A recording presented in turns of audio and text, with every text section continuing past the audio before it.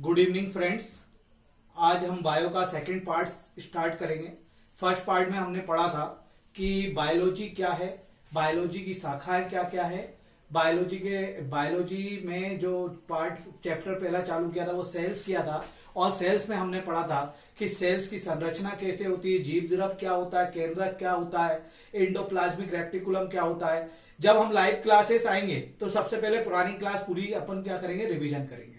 लेकिन अब क्या एक्चुअली में हम अगर लास्ट क्लास रिवीजन करते हैं तो हमारा वीडियो छोटा होता है, ठीक है, तो फिर हम ज्यादा नहीं पढ़ा पाएंगे। आज जो सेकंड पार्ट में हम चालू करेंगे वो करेंगे माइटोकॉन्ड्रिया से। माइटोकॉन्ड्रिया से करेंगे। माइटोकॉन्ड्रिया क्या है? पहली बात तो माइटोकॉन्ड्रिया की हम बात करें तो माइटोकॉन्ड्रिया जब अल्टमैन ने एक चीज पाई कि हमारे शरीर के अंदर हमारे जो कोशिकाएं हैं, सेल्स है, उनके अंदर एक माइटोकॉन्ड्रिया है। माइटोकॉन्ड्रिया क्या करता है? ये भोजन का ऑक्सीकरण करता है। इसीलिए इसकी खोज अल्टमैन को माना जाता है। इसका खोजकर्ता किसको माना जाता है? अल्टमैन को माना जाता है कि 1886 में इसकी खोज, माइटोकॉन्ड्रिया की खोज अल्टमैन ने की 1886 में, 1886 में। क्लियर? लेकिन जब इसकी खोज की गई तब इसका नाम था बायोब्लास्ट। क्लियर बात है? इनने खोज की थी कि हमारे शरीर में कोई एक ऐसी चीज है जो भोजन का ऑक्सीडाइजेशन करता है, फूड का ऑक्सीडाइजेशन करता है या ऑक्सीकरण करता है। अभी मैं ऑक्सीकरण समझाने वाला हूं, हमको पढ़ना नहीं है, उसको अच्छे से समझना भी है ऑक्सीकरण क्या होता है, ठीक है। लेकिन इसको सबसे पहले माइटोकॉन्ड्रिया को देखा गया 1894 में। कब? खोज इसकी 1886 में हुई, जबकि इसको देखा कब गया? 1894 में। और इसको देखा था अल्टमैन ने ही देखा था। क्लियर बात समझ आई? इसको देखा भी किसने था? अल्टमैन ने। इसीलिए इसको खोजकर्ता माना जाता है कि माइटोकॉन्ड्रिया को सबसे पहले बताया कि कोई हमारे कोशिका के कोशा द्रव में या कोशिका द्रव में एक पार्ट है जिसका नाम क्या है? माइटोकॉन्ड्रिया, या पहले जब शुरुआत की तो बायोब्लास्ट। तो ये किसने, बायोब्लास्ट किसने कहा? अल्टमैन ने कहा 1886 में कहा। कब कहा बेटा? 1886 में। 1886 में ही, पर लेकिन इसको देखा कब गया? 1894 में, 1894 में देखा गया। और ये किसने देखा? ऑल्टमैन ने ही देखा। क्लियर बात समझ आई? ऑल्टमैन ने। इसके कई सारे नाम है, अपन पर इतना डीप में नहीं जा रहे हैं, कई सारे नाम है ना।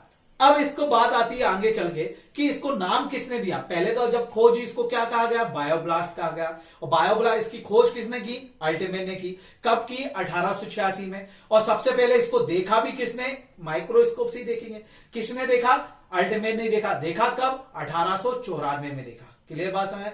इसको नाम दिया गया 1890 में। कब नाम दिया गया? 1890 में। कार्ल बेंद्रा, या कहीं कहीं बुकों में बेंडा लिखा होता है। एक्चुअली में हम नाम पे नहीं जा सकते क्योंकि ये सारे के सारे कैसे विदेशी साइंटिस्ट हैं, ठीक है। जिसने जैसा नाम सुना वैसा ही अपनी बुक में लिख दिया। क्लियर? कहीं बेंडा लिखने को देखने को मिलता है, कहीं बेंद्रा लिखने को बोलता है। वैसे इसका नाम एक्चुअली में था कार्ल बेंद्रा। क्लियर बात समझ? तो जो माइटोकॉन्ड्रिया है, माइटोकॉन्ड्रिया की खोज कब हुई? 1886 में हुई। कब हुई? 1886 में। लेकिन जब खोज थी इसका नाम क्या था? बायोब्लास्ट था। और किसने की थी? अल्टमैन ने की थी। किसने की थी? अल्टमैन ने। क्लियर बात समझ आया? इसको नाम भी किसने दिया? सॉरी, इसको देखा भी सबसे पहले कौन ने? अल्टमैन ने देखा। और कब देखा? 1894 में देखा। क्लियर बात समझ आया? इसको नाम माइटोकॉन्ड्रिया नाम कब दिया गया? 1890 में दिया गया। कब दिया गया? 1890 में। और किसने दिया? बेंडा या बेंद्रा ने दिया। कोल बेंद्रा ने दिया 1890 में। क्लियर बात समझ आई? 1890 में नाम दिया, कोल बेंद्रा ने नाम दिया। इसलिए इसे ईटोकॉन्ड्रिया भी कहा था। क्लियर? ईटोकॉन्ड्रिया और माइटोकॉन्ड्रिया दोनों के दोनों नाम तुम्हारे बेंद्रा ने दिए, कोल बेंद्रा ने दिया। ईटोकॉन्ड्रिया भी याद रखना। माइटोकॉन्ड्रिया को क्या कहा जाता है? ईटोकॉन्ड्रिया भी कहा जाता है। लेकिन जो फ्रेडरिक मेवेस थे, फ्रेडरिक मेवेस, एक और साइंटिस्ट आए, फ्रेडरिक मेवेस, मैं लिख देता हूं, फ्रेडरिक मेवेस। फ्रेडरिक मेवेस ने इसे जो कहा था वो कहा था सफेद जल कुमुद्री। सफेद जल कुमुद्री कहा था। क्या कहा था इसको? सफेद जल कुमुद्री। मैं लिख देता हूं उसको, एक बार देख लो। सफेद जल कुमुद्री। ये भी बेटा एग्जाम में आ गया, ये रेलवे के एग्जाम में आया था। क्लियर बात समझ आया? मैंने क्या बताया, माइटोकॉन्ड्रिया। अभी हम इसकी कुछ भी बात नहीं कर रहे हैं, सिर्फ इसकी खोज की बात कर रहे हैं, इसकी नाम की बात कर रहे हैं, इसका क्या कार्य होता है मैं अभी थोड़ी देर में समझाऊंगा। लेक्चर थोड़ा लंबा जाएगा पर अच्छे से समझ में आएगा तो याद करने की जरूरत नहीं पड़ेगी। मैंने बताया माइटोकॉन्ड्रिया, इसकी खोज 1886 में अल्टमैन ने की। सबसे पहले देखा भी किसने, अल्टमैन ने देखा। कब देखा, 1854 में, जब इसकी खोज हुई, जिसको नाम दिया गया था बायोब्लास्ट, क्योंकि इसके अंदर जो भी खाना जाता था उसको क्या करता था, ये जला देता था, ऑक्सीकरण कर देता था, ऑक्सीडाइजेशन कर देता। मैं अभी ऑक्सीकरण भले छोटा सा एक टॉपिक कंप्लीट करना, पर छोटे छोटे कई टॉपिक कम, पर इसको समझना अच्छे से, क्लियर। फिर 1890 में माइटोकॉन्ड्रिया या ईटोकॉन्ड्रिया नाम दिया कोल बेंद्रा ने। किसने नाम दिया, कोल बेंद्रा ने। मैं लिख देता हूं,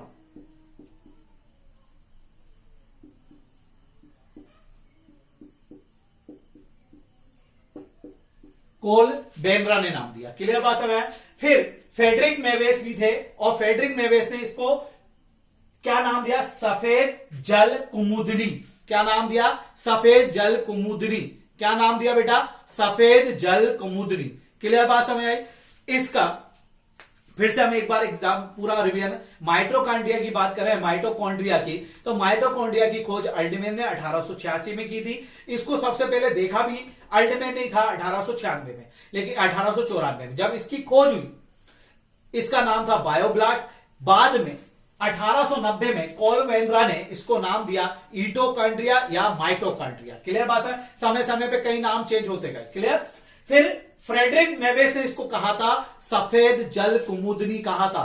क्या कहा था, जो फ्रेडरिक मेवेस थे उन्होंने क्या कहा था, सफेद जल कुमुदनी। क्लियर बात समझ आया। अब हम पढ़ते हैं माइटोकॉन्ड्रिया का कार्य क्या होता है। माइटोकॉन्ड्रिया का कार्य होता है मुख्य रूप से भोजन का ऑक्सीकरण करना, भोजन का ऑक्सीकरण करना या भोजन का ऑक्सीकरण करना या ऑक्सीडाइजेशन करना। अब मेरी बात समझो, ऑक्सीकरण क्या होता है। क्या होता है, जब भी कोई चीज ऑक्सीजन के कनेक्शन में आती है तो वो जल जाती है। ये भी भोजन, जब भोजन अंदर जाता है तो इसको भी ये क्या कर देता है, जला देता है। क्लियर बात समझ में आया, जला देता है, ऑक्सीकरण करता है। सिर्फ ये भोजन में एक ही पार्ट्स का पाचन करता है या एक ही पार्ट का ऑक्सीकरण करता है, वो है कार्बोहाइड्रेट। क्या है, कार्बोहाइड्रेट। हमारे मुंह में जाने के बाद जब भी कोई खाना खाते हो, सबसे पहले जिसका पाचन होता है वो होता है कार्बोहाइड्रेट होता है। सबसे पहले जिसका पाचन होता है वो क्या चीज होती है, कार्बोहाइड्रेट। अभी पीएससी के पेपर में भी पूछा गया था। पहली बात तो ये हो गई, ठीक है। अब ये माइटोकॉन्ड्रिया में किसका ऑक्सीकरण होता है, ऑक्सीडाइजेशन होता है, ये भी पेपर में आ चुका है। तो किसका होता है, कार्बोहाइड्रेट का होता है।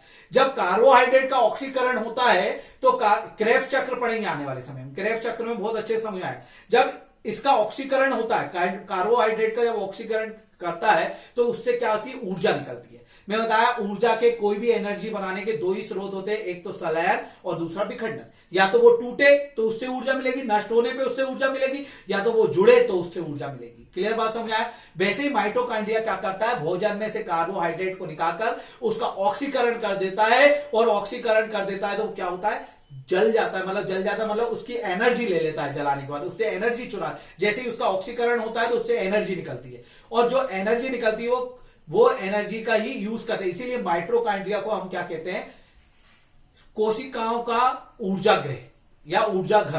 क्लियर। या माइटोकॉन्ड्रिया को सेल ऑफ पावर हाउस कहते हैं, power house of cell. Clear, power house of cell. जब इसका ऑक्सीकरण होता है, माइटोकॉन्ड्रिया जब भोजन में कार्बोहाइड्रेट का ऑक्सीकरण करता है तो वो ऊर्जा को किस रूप में संचित करता है, स्टोर करता है, एटीपी के रूप में। किसके रूप में संचित करता है, एटीपी के रूप में संचित करता है। क्लियर बात समझ में आ गया, किसके रूप में संचित करता है, एटीपी। एटीपी का फुल फॉर्म होता है एडिनोसिन ट्राइफॉस्फेट। क्या फुल फॉर्म होता है, एडिनोसिन ट्राइफॉस्फेट। क्या फुल फॉर्म होता है बेटा, एडिनोसिन ट्राइफॉस्फेट। एडिनोसिन ट्राइफॉस्फेट नाम होता है। क्लियर। मैंने बताया कि माइटोकॉन्ड्रिया जो है उसकी खोज 1886 में अल्टमैन ने की थी। उसको सबसे पहले देखा भी अल्टमैन ने था 1894 में, लेकिन इसको नाम दिया गया था 1890 में कोल बेंद्रा के द्वारा। और क्या नाम दिया था, माइटोकॉन्ड्रिया या ईटोकॉन्ड्रिया नाम दिया। इनको फेडरिक मेवेस ने क्या कहा था, सफेद जल कुमुदनी कहा था। ये क्या करता है, भोजन का ऑक्सीकरण करता है। भोजन का ऑक्सीकरण करता है तो भोजन में किस चीज का ऑक्सीकरण करता है? कार्बोहाइड्रेट का करता है। कार्बोहाइड्रेट में ही संपूर्ण ऊर्जा होती है, त्वरित ऊर्जा होती है, और उस ऊर्जा का ये किसके रूप में संचित होती है? वो ऊर्जा एटीपी के रूप में संचित होती है, जिसे क्या कहते हैं? Full form. एटीपी का फुल फॉर्म 2 बार पूछा चुका है। एटीपी का फुल फॉर्म है एडिनोसिन ट्राइफॉस्फेट। एटीपी का फुल फॉर्म क्या है? एडिनोसिन ट्राइफॉस्फेट नाम है। क्लियर बात समझ आया? फिर एटीपी के मॉलिक्यूल्स को, अणुओं को, एटीपी के अणुओं को ऊर्जा के सिक्के कहा जाता है। जो एटीपी है उसके मॉलिक्यूल्स को या उसके अणुओं को ऊर्जा का सिक्के कहा जाता है। ऊर्जा का क्या कहा जाता है? सिक्का। क्लियर बात सब है? अब बात करते हैं माइटोकॉन्ड्रिया की संरचना की। माइटोकॉन्ड्रिया जो है वो उस पर दोहरी झिल्ली होती है। क्या होती है? दोहरी झिल्ली। अब माइटोकॉन्ड्रिया कहां पाया जाएगा? जैसे ये हमारी कोशिका होगी, ठीक है, कोशिका होगी, ये हमारा केंद्रक हो गया, ये कोशिका द्रव, यहां पे मान लिया माइटोकॉन्ड्रिया। ये माइटोकॉन्ड्रिया पे कैसी झिल्ली होती है? दोहरी झिल्ली होती है। दोहरी झिल्ली होती है। एक झिल्ली को हम बोलते हैं बाह्य झिल्ली और एक को बोलते हैं अंतः झिल्ली, मतलब आउटर सेल मेम्ब्रेन और इनर सेल मेम्ब्रेन कहते हैं। अंतः जो झिल्ली होती है उसमें एक उंगली नुमा संरचना होती है। एक उंगली की तरह एक संरचना होती है जिसे बोलते हैं हम कृष्टि। क्या बोलते हैं? कृष्टि। इसका हमें बाद में उपयोग मिलेगा। क्या बोलते हैं उसको? कृष्टि बोलते हैं। क्या बोलते हैं? कृष्टि। क्लियर बात समझ आया? फिर से हम रिवीजन करते हैं। आज हम इस वीडियो में सिर्फ माइटोकॉन्ड्रिया ही फिनिश करेंगे। मैं आगे वीडियो बनाऊंगा, है ना, मुझे अभी टाइम नहीं मिल पा रहा है। तो माइटोकॉन्ड्रिया की खोज किसने की? अल्टमैन ने की, 1886 में की। क्लियर बात समझ आया? 1886 में की, है ना, 86 में की। इसको सबसे पहले देखा भी किसने? अल्टमैन ने देखा। कब देखा? 1894 में देखा। 1890 में इसको नाम दिया गया मिटोकॉन्ड्रिया, कॉन्ड्रिया या ईटोकॉन्ड्रिया। और किसने लिया? कोल बेंद्रा ने लिया। इसे फ्रेडरिक मेबेस, ये आया था बेटा, कांस्टेबल के पेपर में भी आ चुका है, और ये रेलवे के ने क्या कहा था? सफेद जल कुमुदनी कहा था। क्लियर बात समझ? जब ये इसका माइटोकॉन्ड्रिया का काम क्या है? भोजन का ऑक्सीकरण करना। भोजन में किस पार्ट का ऑक्सीकरण करना? कार्बोहाइड्रेट का ऑक्सीकरण करना। शरीर में, मुंह पे जब भी कोई भोजन खाते हैं तो सबसे पहले क्या पचता है? कार्बोहाइड्रेट पचता है। क्लियर बात समझ आ गया? सबसे पहले पाचन किसका होता है? कार्बोहाइड्रेट का। ये कार्बोहाइड्रेट का जब ऑक्सीकरण करता है तो किसके रूप में ऊर्जा रखता है? एटीपी के रूप में ऊर्जा रखता है। और एटीपी के अणुओं को क्या कहते हैं? ऊर्जा के सिक्के कहते हैं। क्या कहते हैं? ऊर्जा के सिक्के। माइटोकॉन्ड्रिया की जो संरचना है वो कैसी, उस पर कैसी झिल्ली पाई जाती है? दोहरी झिल्ली पाई जाती है। एक बाह्य झिल्ली, एक अंतः झिल्ली। अंतः झिल्ली के अंदर एक संरचना होती है जिसे क्या बोलते हैं? उंगली नुमा संरचना होती है जिसे बोलते हैं कृष्टि। क्या बोलते हैं? कृष्टि बोलते हैं। दूसरी बात, इसे कोशिका का पावर हाउस कहा जाता है। पावर हाउस ऑफ सेल किसको कहा जाता है? मिटोकॉन्ड्रिया को कहा जाता है या माइटोकॉन्ड्रिया को कहा जाता है। क्लियर बात समझ? इसकी संरचना गोल आकार होती है। इसकी संरचना कैसी होती है बेटा? गोल आकार होती है। यहां पे एक उंगली नुमा संरचना होती है जिसे कृष्टि कहते हैं, है ना। इसकी संरचना कैसी होती है? गोलाकार। और इसका दोहरी झिल्ली होती है, बाह्य झिल्ली, एक अंतः झिल्ली, इसमें एक उंगली नुमा संरचना होती है जिसे कृष्टि कहते हैं। ये 2016 के एसआई में पूछा गया है, कृष्टि। क्लियर बात समझ आए? आगे हम देखते हैं माइटोकॉन्ड्रिया। तो याद रखना, हमने बोला कि सबसे पहले पाचन किसका होता है? कार्बोहाइड्रेट का होता है। जब किसी भी खिलाड़ी को तुरंत ऊर्जा देनी होती है, त्वरित ऊर्जा देनी होती है, तो उसे कार्बोहाइड्रेट दिया जाता है। जो तुम ग्लूकोज पीते हो, तो आप लोग जो ग्लूकोज पीते हो उसमें पूरा का पूरा क्या होता है? कार्बोहाइड्रेट होता है। बस मैं ये माइटोकॉन्ड्रिया इसमें फिनिश करने वाला था। पिछले बार जो पीडीएफ दी थी उसमें भी पूरा का पूरा माइटोकॉन्ड्रिया आपको दिया गया है, उस पीडीएफ में देखना। दूसरी बात, हम नेक्स्ट वीडियो अभी कल अपलोड करेंगे। इसकी नेक्स्ट पार्ट होगा जिसमें लबक पढ़ेंगे, प्लास्टिड्स पढ़ेंगे, है ना, लाइसोसोम पढ़ेंगे, राइबोसोम पढ़ेंगे, केंद्रक पढ़ेंगे और कोशिका विभाजन पढ़ेंगे। ठीक है, कोशिका विभाजन में ही आपके साथ मिल जाएगा गुणसूत्र, क्रोमोसोम आ जाएगा, और उसी में कई सारे गुणसूत्र की काउंटिंग भी आ जाएगी। तो इसीलिए बोल रहा हूं बच्चा, देखो मैं आपको बताता हूं, मुझे वीडियो बनाने में बहुत दिक्कत होती है, लेकिन लाइव क्लास लूंगा तो दिक्कत नहीं होगी। कम से कम 1000 सब्सक्राइबर आप करवाइए, इससे ज्यादा मुझे कुछ नहीं चाहिए। 1000 सब्सक्राइबर पर मेरी लाइव स्ट्रीम खुल जाएगी। ऐसे पढ़ाने में बड़ी समस्या होती है, वीडियो बनाना पड़ता है, और हम सिर्फ पढ़ा किसके लिए रहे? सिलेक्शन के लिए पढ़ा रहे। ठीक है ना, मेरे को इतना ज्यादा फेमस नहीं होना है, बस आप तो 1000 वो करोगे, आपको उससे फायदा मिलना चाहिए। ठीक है, ओके, थैंक यू।